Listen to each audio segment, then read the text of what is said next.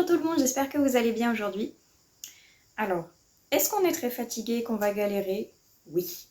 Est-ce qu'après une balafre sur le pif, j'ai un problème à l'œil? Oui. Est-ce que cette vidéo va être très galère à tourner? Oui. Oui, donc il faut quand même la faire, donc ne vous focalisez pas sur cet œil qui est un peu plus fermé que l'autre. Je ne sais pas ce qui s'est passé, mes lentilles ont fait un cafouillage complet, ce qui fait que mon œil s'est inflammé et je pense que maintenant j'ai une micro-conjonctivite, doublée d'orgelée, enfin bref. Un truc sympathique qui m'empêche de bien voir de cet œil-ci, mais c'est pas grave, on est là pour faire la vidéo de mon bilan du mois de juillet, donc c'est parti. On dit bonjour à Pipin qui vient d'arriver également. Et Snake qui essaye de grimper sur le canapé tout seul mais qui ne s'est pas encore gagné. Bref, alors le mois de juillet, on en est à ceci comme petit bilan. Donc on a un peu de graphique, un peu de roman, un peu de tout. Donc on va commencer avec la BD et les légendaires Parodia de Patrick Sobral et Jessica Jung. C'est publié aux éditions Delcourt. Alors ça reprend un peu, comme son nom l'indique, c'est une parodie des légendaires. Les légendaires, c'est une série donc en BD qui a été créée par Patrick Sobral, qui se compose de ces petits personnages-là. C'est une elfe, une prêtresse de jade, un homme à moitié tigre, on va dire, un espèce d'énorme colosse et un chevalier. Donc on les revoit ici également. J'espère qu'il n'y a pas de replay. Et dans l'histoire originelle, en fait, ce sont des adultes qui ont été victimes d'une malédiction, si je ne me trompe pas, et qui fait qu'ils sont bloqués dans le corps d'un enfant et qu'ils doivent parcourir le monde et retrouver le magicien qui les a maudits pour récupérer leur apparence d'adulte. Et dans Parodia, en fait, vous allez retrouver tous les personnages qui ont composé la série originelle. Et c'est, comme son nom l'indique, c'est une parodie, donc vous allez avoir des planches qui sont composées de petits sketchs. Chaque planche est composée d'un petit sketch qui fait une page donc complète et qui va reprendre soit les aventures qui ont eu lieu dans la série originelle parodiée, soit une petite touche d'humour entre les auteurs et dessinateurs qui se sont dit ça pourrait être sympa à mettre en page en fait. C'est très mignon. Je connaissais pas cette version alors que je vois qu'il y a déjà 5 tomes de parus visiblement. Et c'est très mignon. C'est mon frère qui l'a trouvé parce qu'apparemment en ce moment dans les magasins Carrefour, pour 1 € vous avez une BD au choix et les légendaires en faisaient partie. Donc comme il savait que j'aimais les légendaires, il s'est dit je vais lui prendre. Et merci à lui parce que c'était très mignon. Le Snake est de retour. Je disais, c'était très mignon. C'est très frais, très sympa à lire justement là en été pour s'évader un peu. Mais ça demande quand même de connaître un petit peu la série originelle complète parce qu'il y a certaines planches, si on n'a pas lu la vraie série, on ne sait pas trop qui est qui et ni pourquoi il y a eu tel ou tel gag en fait. Donc c'est quand même mieux d'avoir lu au début, je pense, la série originelle pour bien comprendre tous les gags et tous les tenants et aboutissants de cette série. Je me fais une fois de plus agresser. Mais tout va bien. Donc très mignon, très rafraîchissant, mais donc bien lire la première série avant. On va continuer dans la série des graphiques avec 2 mangas que j'ai lus et qui m'ont bien plu.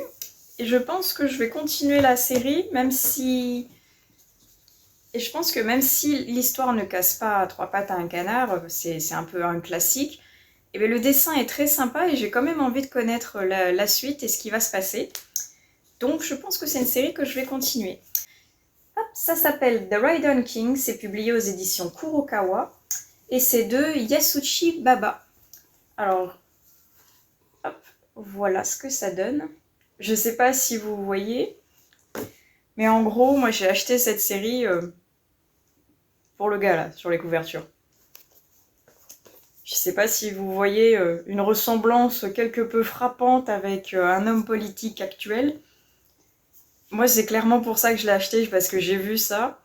J'ai lu le résumé, je me suis dit, Franchement, l'auteur qui a écrit ça, c'est fabuleux. Il a eu une idée fabuleuse. Il est complètement fou, mais c'est génial. Alors le résumé, ça vous dit que Alexandre Ploutinov est maître des arts martiaux et président de la République de Prussie à vie. Son désir insatiable de chevaucher et de conquérir toutes sortes de choses, des bêtes, des machines et même une nation, l'a conduit vers le triomphe et la gloire. Mais un jour, victime d'une attaque terroriste, il est écrasé par la tête de sa propre statue. Quand il se réveille enfin, il se retrouve dans un monde magique peuplé de créatures fantastiques. Alors comme je vous disais, l'histoire elle n'est pas très originale on va dire. C'est un énième, quelqu'un qui vit dans notre monde se retrouve catapulté par un accident dans un monde fantastique et magique. En soi, c'est pas très original, on a déjà vu ça plein de fois. Mais ça a le mérite d'être original de par l'idée d'avoir ce Alexandre Ploutinov qui ne vit que pour conquérir et chevaucher des bêtes plus improbables les unes que les autres. Et en se retrouvant catapulté dans ce monde-ci, eh bien, il va se retrouver face à des dragons, face à des centaures, face à des griffons, face à plein de créatures mythologiques et mystiques qu'il ne connaît pas. Au début, il pense même être complètement fou parce qu'il s'est pris une statue sur la tête, donc il s'est dit bon bah ça y est, je suis devenu complètement débile. Et quand il se rend compte que finalement, il n'est pas mort, il n'est pas devenu fou, et il y a peut-être quelque chose qu'il ne comprend pas pour le moment, mais qui est en train de se passer, et bien il se dit, c'est l'occasion peut-être de racheter un petit peu les erreurs que j'ai pu faire dans le passé, mais surtout de chevaucher et de dompter tout plein de créatures complètement improbables qui ont l'air géniales. L'idée même en soi est complètement folle. Créer un manga juste avec un mec qui s'ennuie, qui a envie de chevaucher des bestioles fantastiques. On se dit, mais où est-ce qu'il a été chercher ça, mais en fait, en gros, c'est génial. Le graphisme est vraiment sympa. Franchement, j'aime beaucoup le style graphique. En général, Kurokawa, ils ont des bons auteurs derrière et c'est vraiment sympa. Et le fait que le protagoniste principal ressemble à une personne célèbre, j'ai trouvé ça tellement drôle que je voulais vraiment voir ce que ça allait donner. Et si c'était, on va dire, dans la parodie un peu satirique, si c'était quelque chose de complètement loufoque sorti du cerveau de l'auteur. Il y a un peu de tout ça en fait, on est dans un monde très magique entre le RPG, le MMO, c'est très sympa. On est vraiment dans une... on retrouve tous les codes qu'il y a justement dans ces jeux-là, avec les quêtes, avec les donjons, avec les habits qui permettent d'être plus ou moins puissants et de level up, avec... les PNJ qui répètent inlassablement la même phrase. C'est pas mal, il y a tous les bons codes, il y a une histoire quand même, outre le fait que ce soit loufoque, il y a quand même une histoire derrière avec un petit fond de morale qui est bien sympathique et qui me donne envie de continuer après avoir lu donc ces 2 tomes-ci, qui me donne envie de continuer la saga et de voir jusqu'où Alexandre Ploutinov va pouvoir aller dans sa quête de chevaucher des bestioles improbables. Je suis curieuse, surtout que comme dans les RPG et les MMO justement, il y a des quêtes un petit peu annexes et là, accessoirement, actuellement, il doit aider 2 filles dans des quêtes avec certaines qui ont un passé plutôt sombre. Il y a une espèce de guerrière un petit peu impératrice, on a l'impression, qui a décidé de mettre tout le monde à sa botte et de réduire en esclavage la catégorie des centaures. Et Alexandre Ploutinov n'est pas tout à fait d'accord avec ça, il veut essayer d'aider le peuple des centaures et les libérer de cet esclavagisme. Il veut aider les 2 filles dans leur quête de trouver un peu des donjons pour se mesurer à plus fort qu'eux et gagner de l'argent. Et il y a plein de petites quêtes annexes comme ça qui sont sympas, qui s'imbriquent bien dans l'histoire principale de quand même Alexandre Ploutinov qui se retrouve catapulté dans un monde et qui ne sait pas ce qu'il fait là, donc il aimerait retourner dans le sien. Et chevaucher donc des bestioles.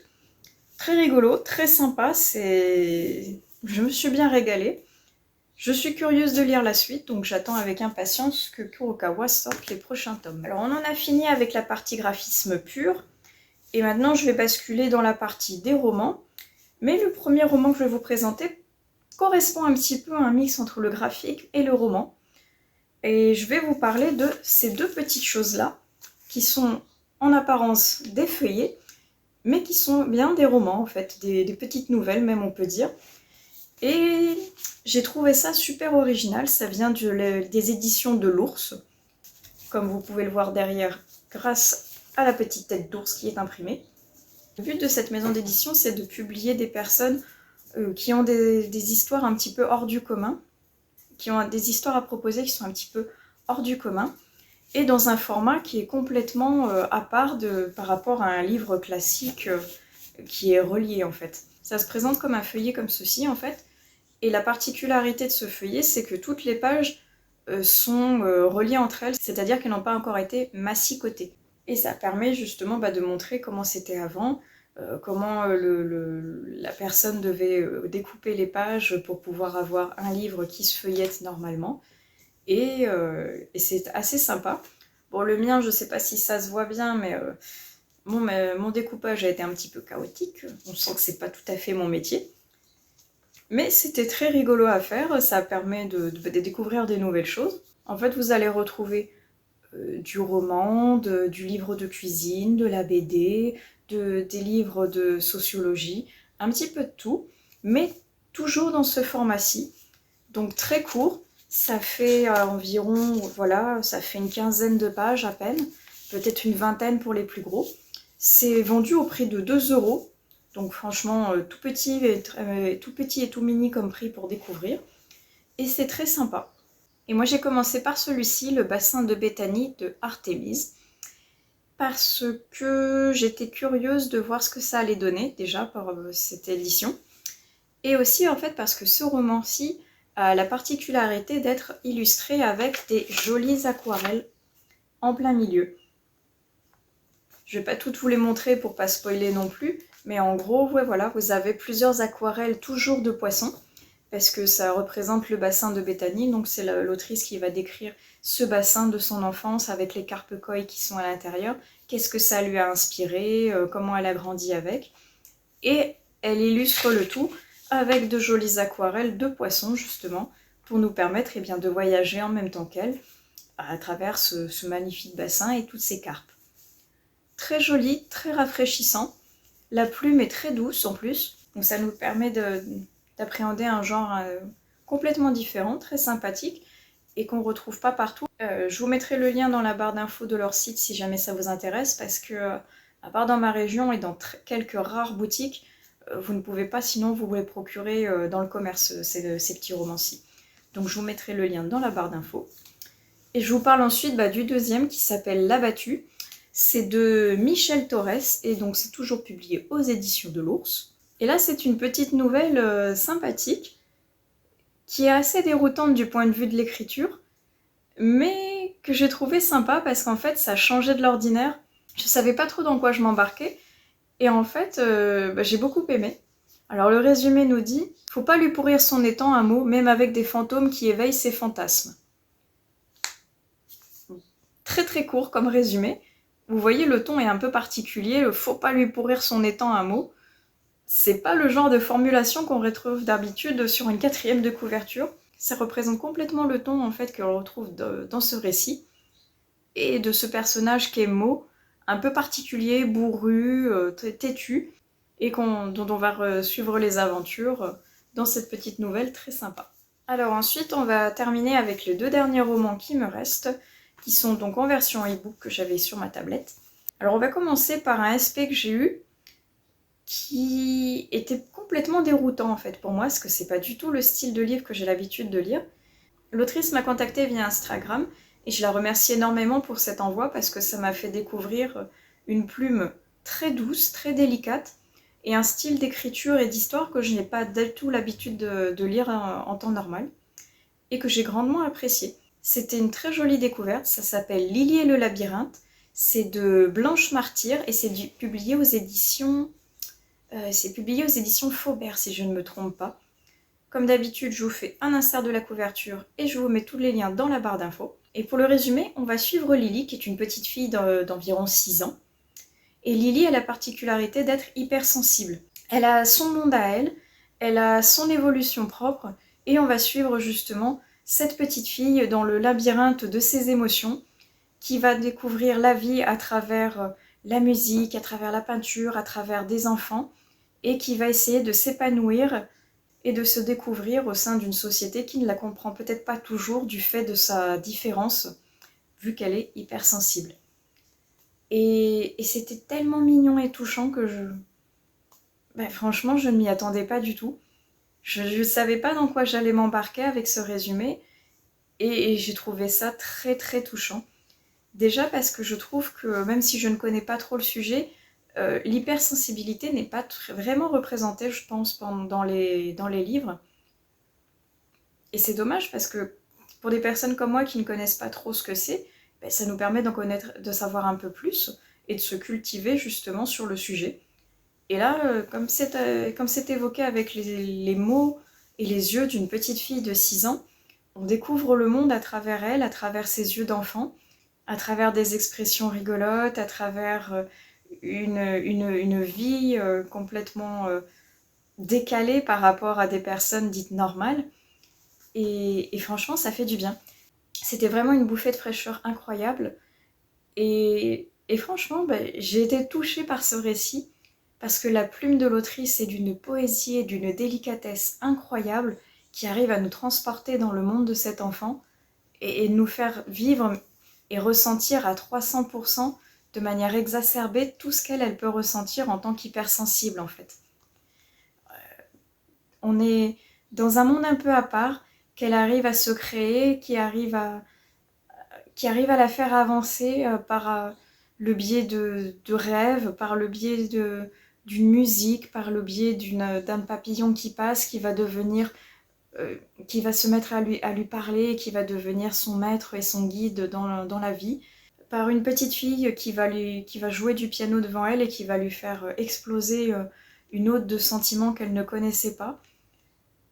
Et c'est beau, c'est incroyablement beau, c'est très poétique, et ça nous apprend la tolérance, ça nous apprend à voir par les yeux d'une enfant, et ça donne un très joli message sur ce qu'est l'apprentissage de la vie et de l'amour également. Et on va découvrir tous ces sentiments qui vont se mélanger dans sa tête. Peut-être le début aussi d'une histoire d'amour avec une autre petite fille dont la musique a fait exploser ses sentiments. Et c'est très très joli, franchement c'est très poétique et ça nous embarque dans un joli monde que je ne connaissais pas et vers lequel je me serais peut-être pas spontanément tournée parce que je ne connaissais pas du tout cet univers en fait. Et j'ai beaucoup aimé, j'étais même étonnée qu'à la fin du roman, l'histoire se termine sur une phrase de Lily qui peut ouvrir à tellement de possibilités que j'en étais étonnée et triste que le roman en fait se termine à cet endroit précis. On a envie d'en savoir plus. Moi j'étais très bien avec Lily, j'étais très bien dans cet univers en lyrique, en chanteur. J'avais envie d'en savoir plus, j'avais envie de rester avec elle, de savoir après cette révélation, qu'est-ce que ça allait donner, comment sa famille allait réagir, est-ce que les sentiments qu'elle éprouve sont réciproques? Est-ce qu'elle va pouvoir aller de l'avant? Est-ce que son hypersensibilité va continuer à être exacerbée au fil des années? Plein de questionnements. Est-ce qu'elle va réussir dans la vie ce qu'elle voulait entreprendre en tant qu'enfant? On a envie d'en savoir beaucoup plus et de rester avec cet enfant et dans son univers. Et j'étais tellement triste que ça s'arrête ici. La fin est belle, la fin ouvre tellement de possibilités qu'on peut essayer de réfléchir par soi-même et trouver la fin qui nous convient. Et en tout cas, j'ai passé un très très agréable moment avec cette petite fille et avec cette autrice que je remercie encore une fois de m'avoir fait découvrir son œuvre en me l'envoyant. J'ai vraiment beaucoup apprécié. Et on termine avec le dernier roman, toujours en version e-book, que j'ai adoré et qui va changer complètement de registre par rapport à celui de Lily et le labyrinthe. On va tomber maintenant dans un thriller policier, on va tomber dans la noirceur humaine, on va tomber dans du Franck Tillier. Et je veux bien évidemment parler de son dernier roman, 1991, qui va nous présenter la toute première enquête de Charcot, qui est le personnage principal des enquêtes de Franck Tillier. C'est publié aux éditions Fleuve Noir, et j'ai envie de dire que comme chaque Franck Tillier, j'ai adoré. Je ne sais pas comment il fait pour trouver toutes ces idées, pour réussir à les coucher sur papier et réussir à nous créer à chaque fois une enquête qui est sombre, logique, addictive et qui nous fait vouloir aller toujours plus loin et toujours en connaître plus sur la noirceur du genre humain. Il est très fort, franchement pour moi Franck Tillier est l'un des meilleurs auteurs, si ce n'est le meilleur auteur de thriller français que j'ai pu lire. Et je ne sais vraiment pas comment il fait, mais dès les premières pages, à chaque fois, il arrive à rendre son roman addictif, le faire devenir un page-turner dès le premier chapitre. Il arrive à nous embarquer dans son univers dès les premières secondes, à nous faire rentrer dans son enquête également dès les premières secondes, et à nous pousser toujours plus loin dans les retranchements. Il arrive à pousser la réflexion du thriller psychologique toujours plus loin, toujours plus sombre dans la réflexion des meurtres, toujours plus sordide, toujours extrêmement bien ficelé. Mais comme d'habitude, je l'ai dévoré. J'ai grandement apprécié. Et ce que j'ai trouvé incroyable, en fait, c'est que on sait que c'est la première enquête de Charcot. On sait qu'il y a énormément de livres derrière qui ont suivi, qui ont été publiés avec Charcot en tant que personnage principal. Donc on sait que, entre guillemets, il ne peut rien lui arriver de grave. Charcot est toujours vivant, Charcot est toujours là dans les épisodes suivants. Et malgré ça, malgré le fait qu'on sache qu'on va retrouver Charcot plus tard, et bien l'auteur arrive à lui faire vivre des péripéties horribles, à couper les chapitres à des moments cruciaux, à nous faire des cliffhangers butassiers mais incroyables. Et quand on arrive avec certains problèmes que Charcot rencontre en plein milieu de l'enquête, il a deux doigts de mourir à plusieurs moments dans cette enquête, et on se dit, dans un petit coin de notre tête, il ne peut pas mourir, il va forcément revenir dans les épisodes suivants. Mais Franck Tillier arrive à nous faire douter, parce qu'il lui arrive tellement des saloperies qu'on se dit, c'est pas possible, il va pas réussir à se sortir de cette situation. Finalement, il peut peut-être mourir. Il peut avoir des grosses séquelles où il peut en mourir. Et c'est là où il est très fort. Avec le fait que le lecteur sache pertinemment que Charcot va revenir, mais en réussissant à lui instiller le doute dans l'esprit de « regarde ce qui lui arrive, peut-être qu'il va mourir et ne pas revenir finalement ». Il est très très fort.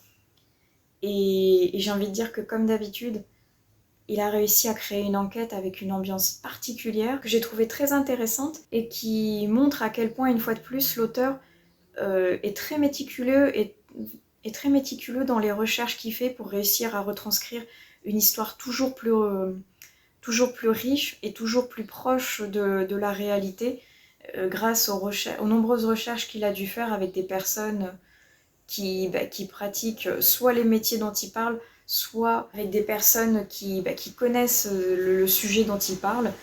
Spoiler alerte, si vous voulez pas en savoir plus et avoir une intrigue un petit peu plus dévoilée, skippez un peu plus loin dans la vidéo où je tiendrai la liseuse dans les mains. Vous saurez que j'aurai terminé de parler de la version spoilante en fait. Donc oui, Franck Tillier, il a fait énormément de recherches sur le vaudou, sur la pratique du vaudou, et on sent quand même qu'il a été très méticuleux, très pointilleux, qu'il a été interviewé des personnes qui connaissaient ces rites, qui le pratiquaient certainement également.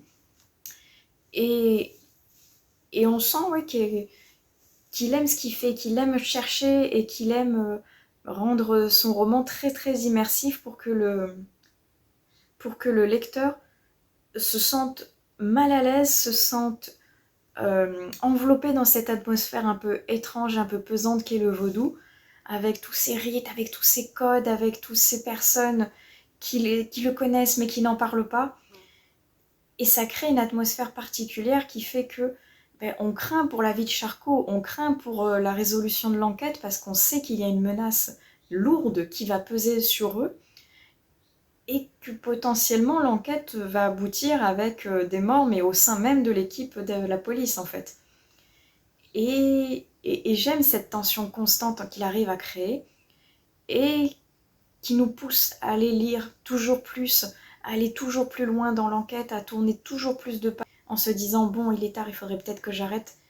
Oh, allez encore un chapitre, je peux pas m'arrêter ici en si bon chemin. Et on continue et sans s'en rendre compte, on termine le livre.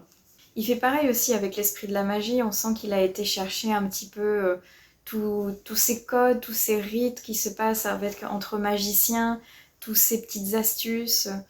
Moi, j'y connais personnellement rien dans la magie, mais j'étais vraiment impliquée dans l'enquête grâce à tous les indices et à toutes les informations qu'il a réussi à distiller au fil de ces pages, en fait. La fin du spoil est donc ici. J'ai adoré. Même si j'ai trouvé avant la fin du livre qui était l'auteur des crimes, et j'ai beaucoup apprécié. Une fois de plus, il arrive à créer quelque chose d'incroyable. Il a une imagination débordante, mais il arrive à coucher sur le papier toutes ses idées en les gardant logiques, ficelées, contenues comme il faut, avec l'action où il faut, avec le suspense quand il faut. Il est vraiment très très doué. Je ne t'arrête pas d'éloges sur cet auteur que j'adore vraiment. J'ai l'impression que pour le moment, chaque livre que j'ai lu de lui, je l'ai adoré et j'ai aimé son style d'écriture et j'adore l'aspect psychologique qu'il arrive à ressortir derrière. Franchement, Franck Tillier, vraiment une valeur sûre si jamais on veut un bon thriller policier, quoi. Et je suis arrivée au dernier livre que j'ai lu ce mois-ci. J'espère que cette vidéo vous aura plu, que vous aurez peut-être découvert des nouveaux livres à travers mes lectures. Et comme d'habitude, je vous invite à venir échanger avec moi sur vos avis en laissant un commentaire, un like, en venant sur l'Instagram, peu importe, qu'on puisse échanger ensemble nos avis sur nos diverses lectures. Sinon, je vais vous souhaiter d'excellentes lectures, et sur ce, je vous dis à plus tard dans une prochaine vidéo des lectures de Pipin. Allez, ciao!